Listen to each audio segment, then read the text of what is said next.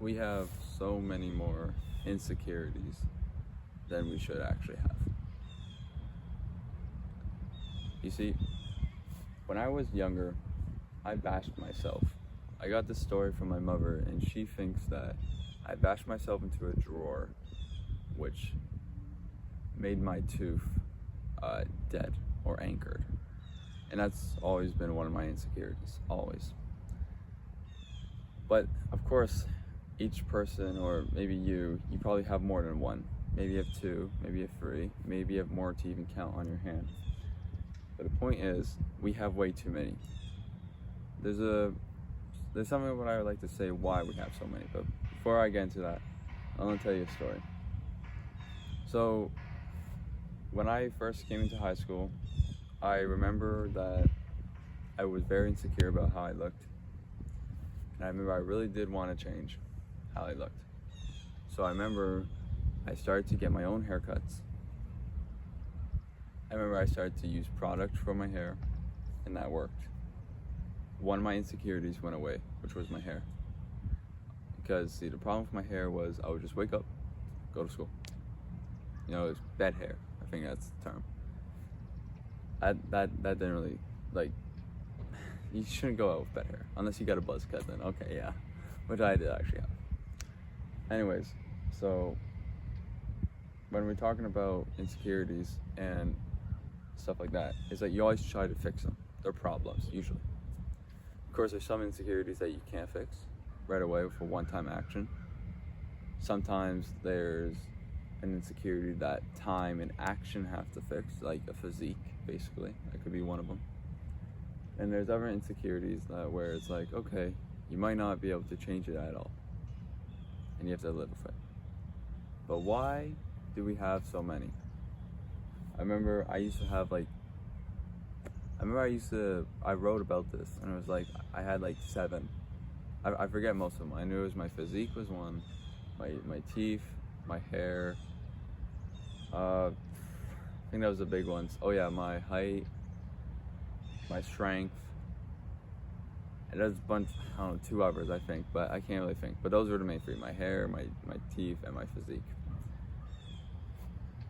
And the reason why I had so many was because I would always judge myself in front of my mirror that I looked at every single morning. And that's the thing, that's why we have so many. We look at ourselves in the mirror and we judge ourselves based on the people we see on Instagram, YouTube, Reddit, Facebook, Snapchat. I'm sure I'm missing some more, but you get the point. We compare ourselves to these people.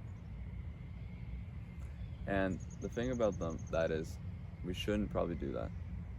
We shouldn't probably compare them to ourselves because, dude, they probably either have genetics or they've done 1 or 2 actions that put them ahead.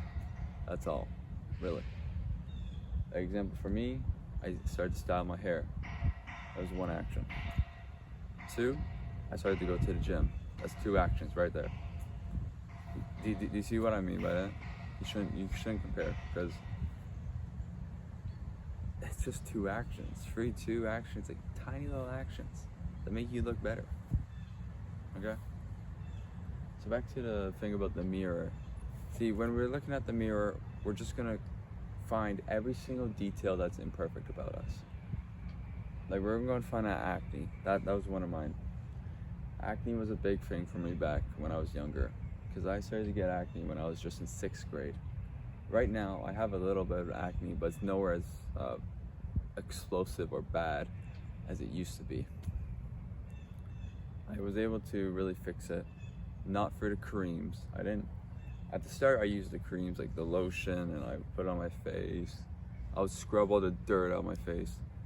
That didn't work. I basically just started to drink more water, sleep better, and here it is now, so you can be the judge. Anyways, when we're looking at the mirror, we find every single thing about us that's not perfect, and that's a really bad thing. I would like to say something, just don't try. It's a chapter from Mark Manson's book, The Subtle Art of Not Giving an F. And that book was kind of where I kind of was like, oh, okay, don't try. And I started not trying about how I looked. Well, kind of. Like, I still did my hair, but like, I grabbed the product, put it in my hair, closed it. That's it. I didn't look at myself in the mirror that much. Like, and yeah, you can say it's a joke, or maybe you should look in the mirror. But the thing is, if you look in the mirror for so much time of the day, you're just gonna call yourself ugly. You're gonna find some more insecurities about yourself. Like, you're gonna find this handsome guy on the internet, and you're gonna be like, dang, why do I not have his jawline? Something like that, whatever. And another point is, you know, when I was like really hooked on Snapchat, I was like, you know, constantly checking how I looked. I was like this at my desk. You know, maybe you can relate. No, maybe not. Or on the bus or whatever. You know, you're always checking yourself out on Snapchat. Because see, we're obsessed with how we looked, or how we look. And I want to tell you guys something.